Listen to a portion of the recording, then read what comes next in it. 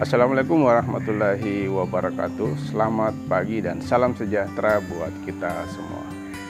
Selamat datang kembali di channel Agroliterasi. And welcome back to my YouTube channel Agroliterasi.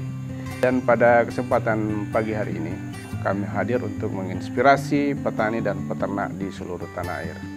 Untuk kesempatan ini saya membuat video khusus untuk menanggapi beberapa pertanyaan pada kolom komentar oleh beberapa subscriber Agroliterasi channel ya pada video sebelumnya ya, sebuah video yang berjudul cara mudah untuk membuat media budidaya asola. Ya, ada beberapa pertanyaan ya yang disampaikan oleh subscriber ya. Saya bisa membacakan di sini ya. Yang pertama itu Ibu Salmiah Nur. Jujur ini sangat menginspirasi, tapi saya sendiri belum tahu apa manfaat dan peranan daripada asola. Ya, terima kasih untuk komentarnya. Kemudian yang kedua, ini dari Bapak Haji Abdul Rahman Candang. Assalamualaikum warahmatullahi wabarakatuh. Saya mau tanya, asola itu apa sih? Saya masih buta informasi tentang asola. Maju terus, semoga ilmunya bermanfaat bagi orang banyak, jadi pahala yang besar, insya Allah. Amin, amin ya robbal alamin. Amin ya robbal alamin. Terima kasih untuk komentar dari beberapa subscriber Agroliterasi. Jadi pada kesempatan hari ini intinya dua pertanyaan tersebut ya, itu menanyakan tentang apa sih asola itu ya, dan apa peranannya atau apa kegunaan daripada asola. Jadi asola itu adalah salah satu jenis tumbuhan paku air yang hidup terapung di atas permukaan air yang tenang ya. Untuk ekosistem alami daripada asola itu biasanya kita dapatkan di rawa-rawa ya maupun di sawah ya. Biasanya kita melihat asola di sawah walaupun dia memenuhi hamparan sawah yang lembab ya. Namun sebaiknya petani tidak menyingkirkan asola tersebut, karena justru dengan keberadaan asola itu bisa menyuburkan tanaman padi tersebut ya, karena tanaman asola ini bersimbiosis dengan bakteri tertentu, bakteri yang bernama Anabaena asolae yang mampu memfiksasi atau menangkap nitrogen dan fosfor, sehingga tentunya akan menyuburkan lahan pertanian, dalam hal ini sawah. Asola dalam bahasa Indonesia biasanya dikenal dengan nama mata leleh ya. Ya, utamanya dipelihara oleh peternak maupun pembudidaya ikan air tawar ya sebagai pakan. Ya, ada beberapa kelebihannya asola ini, kenapa dia dijadikan sebagai pakan hewan ternak. Di antaranya itu adalah bahwa hampir seluruh nutrisi yang dibutuhkan oleh hewan ternak maupun ikan yang kita pelihara itu ada di dalam asola. Baik itu karbohidrat, lemak, ya, protein maupun serat.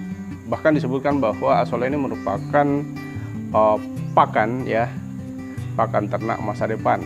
Ya, kenapa dikatakan demikian? Karena asola ini memiliki kandungan protein yang cukup tinggi, antara 20 hingga 30%. Jadi asola itu merupakan pakan beberapa jenis hewan ternak, terutama ternak unggas ya, ayam, bebek, ya, itik, angsa dan sebagainya. Kemudian asola juga merupakan pakan alternatif bagi beberapa jenis ikan air tawar seperti ikan mujair, ikan nila, ikan gurami, ikan lele, ikan bawal dan sebagainya. Kemudian yang kedua yang saya mau bahasakan pada kesempatan kali ini, mengapa kita menanam asola? Ya, mengapa kita menanam asola? Jadi saya katakan di sini bahwa asola itu memiliki beberapa keunggulan ya, sehingga sangat saya sarankan untuk dipelihara atau dibudidayakan oleh para peternak maupun pembudidaya ikan yang ada di tanah air.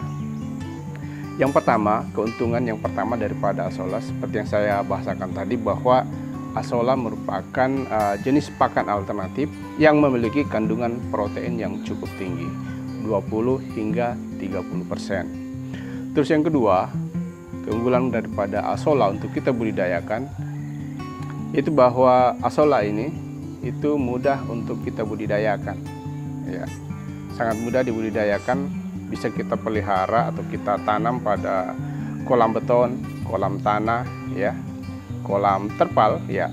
Bahkan apabila kita tidak memiliki lahan, ya, kita bisa menggunakan baskom misalnya, ember dan sebagainya. Itu bisa kita gunakan untuk membudidayakan Azolla ini sendiri. Jadi sekali lagi yang kedua bahwa Azolla ini mudah untuk dibudidayakan. Kemudian yang ketiga, budidaya Azolla ini minim biaya, ya. Jadi untuk memelihara Azolla kita tidak memerlukan biaya yang cukup banyak, ya. Kebutuhan utama daripada budidaya Azolla itu adalah pupuk, di mana pupuk ini kita bisa dapatkan secara gratis, ya, tanpa harus mengeluarkan biaya sebesar pun. Ada beberapa jenis pupuk yang bisa kita gunakan untuk pemeliharaan Azolla. Di antaranya itu adalah air kolam pemeliharaan ikan. Itu bisa sangat baik untuk kita gunakan sebagai pupuk pada budidaya Azolla. Kemudian yang kedua, kita bisa menggunakan air cucian beras, ya, atau air leri, yaitu mengandung zat yang sangat dibutuhkan oleh pertumbuhan Azolla. Dan juga kita bisa menggunakan pupuk padat. Dalam hal ini adalah kotoran hewan, ya, baik itu kotoran sapi, kerbau, ayam dan sebagainya. Jadi untuk pemeliharaan Azolla sangat minim membutuhkan biaya. Adapun yang keempat, kelebihan atau keunggulan daripada membudidayakan Azolla ini sendiri, yaitu bahwa Azolla ini memiliki pertumbuhan yang sangat cepat, ya. Jadi pada saat kita menanam Azolla pada sebuah media, ya, pada sebuah media budidaya misalnya kolam, kita menanam bibit, maka dalam 1 kali 24 jam Azolla ini akan tumbuh dan berkembang sekitar 30% dari jumlah bibit yang kita tebar pada media budidaya daripada Azolla. Jadi pertumbuhannya sangat cepat. Kemudian yang kelima, keuntungan daripada Azolla ini untuk kita manfaatkan, untuk kita tanam sebagai pakan alternatif untuk hewan ternak dan beberapa jenis ikan air tawar, itu bahwa Azolla ini memiliki tingkat palatabilitas atau tingkat kesukaan hewan terhadap Azolla ini sangat tinggi. Jadi kita tidak akan rugi untuk memelihara Azolla, ya, karena sangat mudah untuk kita berikan pada ternak maupun ikan, dan tidak butuh waktu lama daripada hewan ternak yang kita miliki untuk beradaptasi dengan pakan Azolla yang kita berikan. Sahabat literasi, kiranya sampai di sini video kami kali ini. Semoga bermanfaat dan dapat menginspirasi petani dan peternak yang ada di tanah air. Kami akhiri, wabillahi taufiq wal hidayah. Wassalamualaikum warahmatullahi wabarakatuh.